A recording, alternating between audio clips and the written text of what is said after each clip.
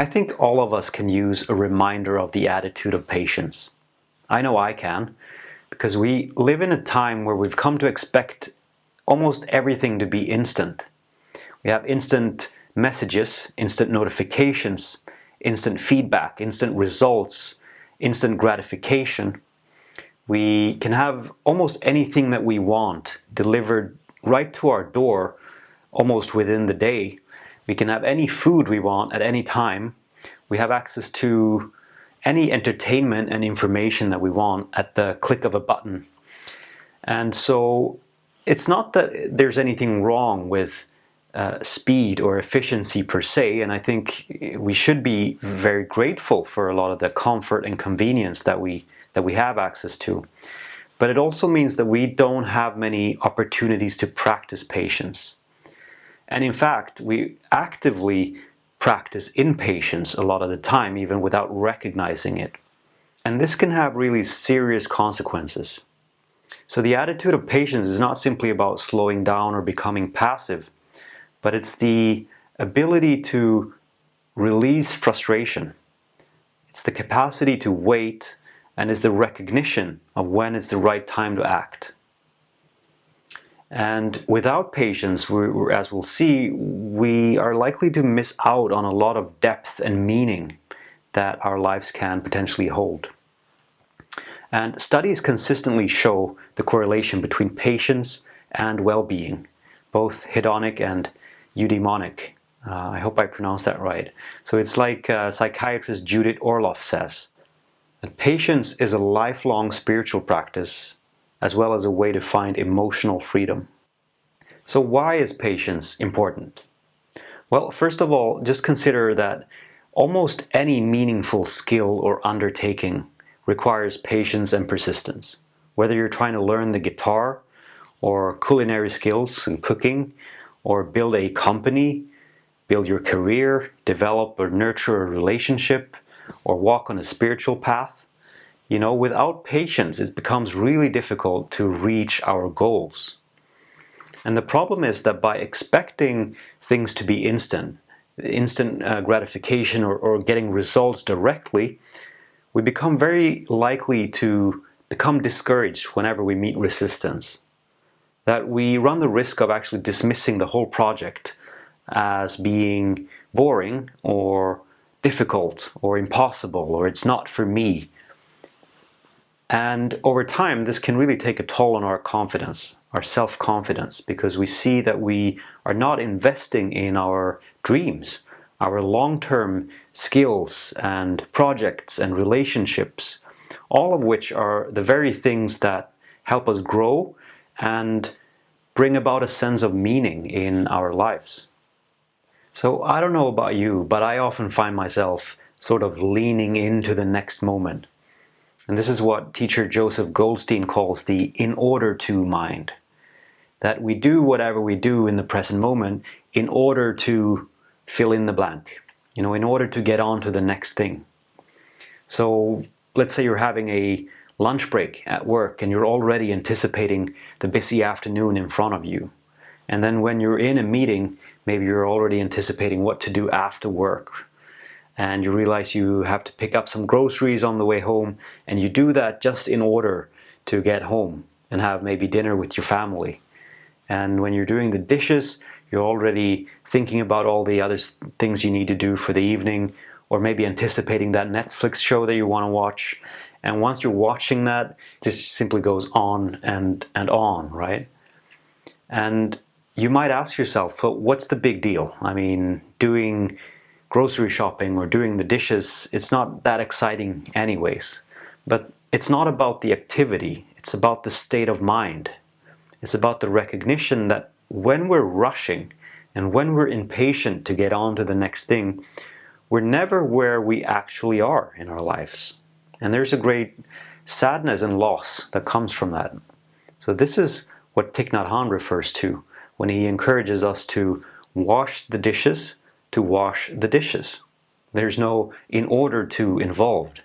And so this is a kind of a training in coming back to the present moment, to show up for our lives, even with the mundane activities, and to practice a habit of presence.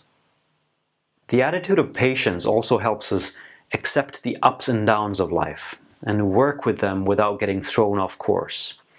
So that when we're feeling down or we're in a tough situation, we can see the transience of that situation. So we don't panic, we don't expect it to last forever, and potentially we can even be open to what we might learn from this adversity. And when we're feeling high, we're on a top, we're on a roll, then we can enjoy that while it lasts, and we don't expect it to last forever. We don't try to cling or grasp onto it, and we don't get depressed when it passes. So it's a type of recognition that things happen in their own time, and that we can find peace in the midst of it all. So this can be a way to cultivate and invite wisdom and resilience. So patience is not something that we simply have or possess, but as with all these attitudes, is something that we cultivate and practice. And so the practice is that whenever you find yourself in a situation that is out of your control or you're stuck somewhere, that you can either get irritable and frustrated, or you can see it as an opportunity to practice patience. And so these situations where you feel frustration, that's often the place to look for these opportunities.